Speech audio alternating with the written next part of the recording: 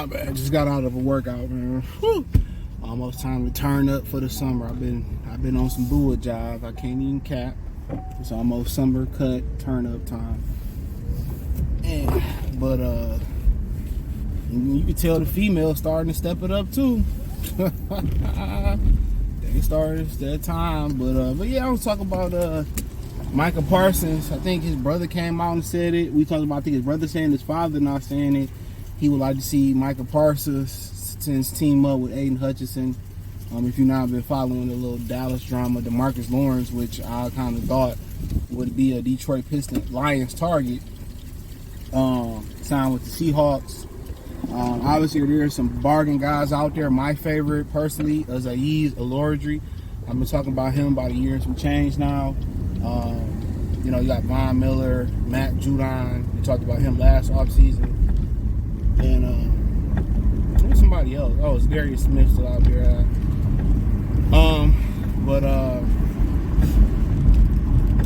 But yeah, I would like to see it, but you gotta pay it. And we know the Lions ain't willing to pay it, and then everybody, what's so funny is you get the fan base saying, well, we gotta pay Hutch, we gotta pay J-Mo, we gotta pay this. See, do people not understand how the cap work? As long as the league keep doing well and doing great, you don't worry about that. And with the NBA sucking ass, MLB no longer being on ESPN, hockey is starting to make a comeback, thank God, and hopefully they don't fucking gentrify hockey too. Now you starting to see some of these places, these there's really no competition. That's what I'm trying to say. So the cap will continue to go up, right? In my humble opinion, the cap will continue to go up. And there's ways to finesse the cap. There's ways to pay guys and signing bonuses. You wonder how Chicago is doing it. It's not because they got a rookie quarterback. Wonder how the Philly keep doing it. And Brown Holmes know how to manipulate the cap. It's just they don't want to spend the money. My thing was, if they didn't want to spend $19 million a year on Josh Sweat, that should let you know everything you need to know right then and there. They're not spending 28 to 40 on Trey Hendrickson. Even though Micah Parsons is a guy as far as fit, from a positional fit, why people talking about his personality, I don't give a fuck. Y'all be wanting like choir boys, quiet guys. You need a mix of everything on a football team. You need your gangsters, you need your talkers, you need your, humanitarians, you need your guys that keep to itself. You need a healthy balance. Oh, come on, man. What is the bus stopping at the railroad for? Jesus Christ. Come on, smart bus, man. What did you look? You looking for I'm pretty sure the train ain't coming, smart bus. But yeah. So I don't mind the podcast with that talent. I don't. That's, and he fits from a personnel standpoint of view. The Lions like to play multiple, where they used to. Stand up, drop, cover a little bit, rush the passer. In Detroit, he probably going to be asked to put his hand in the dirt and go get the passer. You got issues with speed, he fixes that instantly. Now you get some injuries, guess what? Just like Derek Barnes can put his hand in the dirt, he can stand up and drop too. So like I said before, man, it comes to spending money. And one of the worst things in the world is when they want to charge you a whole bunch of money, but they don't want to spend no money. That's my thing. They want to tax the fans, $20 for a fucking hot dog. They want to shoot the prices up 1,000,000,000% as soon as they start winning, but they don't want to take that money and put it into the team. That's my problem. They don't want to invest that money into their product. That's legit my problem. And that's all it is, because it's not, oh, we got to sign in. You can restructure the cap. You can manipulate the cap. You know what I'm saying? You can do all of that.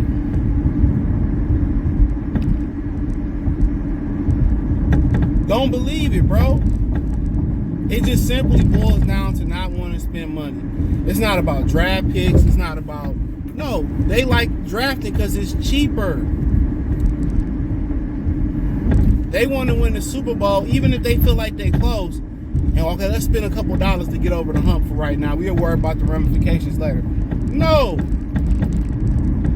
They want to win the Super Bowl cheap. And they've been doing this for a long time. The retention of key players like Matthew Stafford and Ndamukong Suh, Calvin Johnson, they will retain those type of key players just to keep people spending money and give people enough hope. They will never go all in under this ownership. And that's a fact. You thinking like, dog, these people got all this money, they old as fuck. What are they buying? What are you buying? There's only so many Maseratis, Rolls Royces, suits you can buy. What is Martha doing, literally, or Sheila?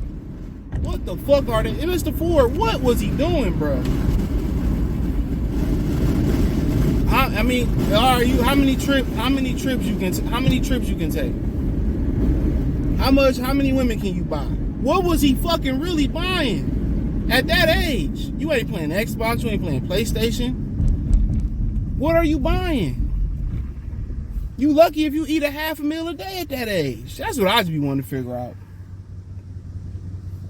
Like being greedy and stingy, you know what I'm saying? It's crazy.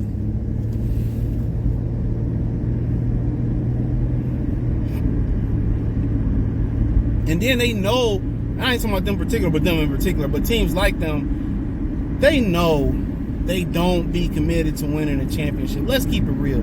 They know that they're not committed to winning a championship. They know.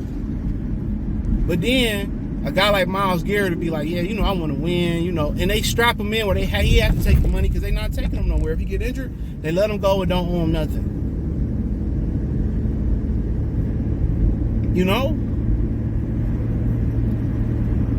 Instead of just saying, all right, man, where you want to go? It ain't like we're going to let you walk for free. We're going to get some draft picks for you.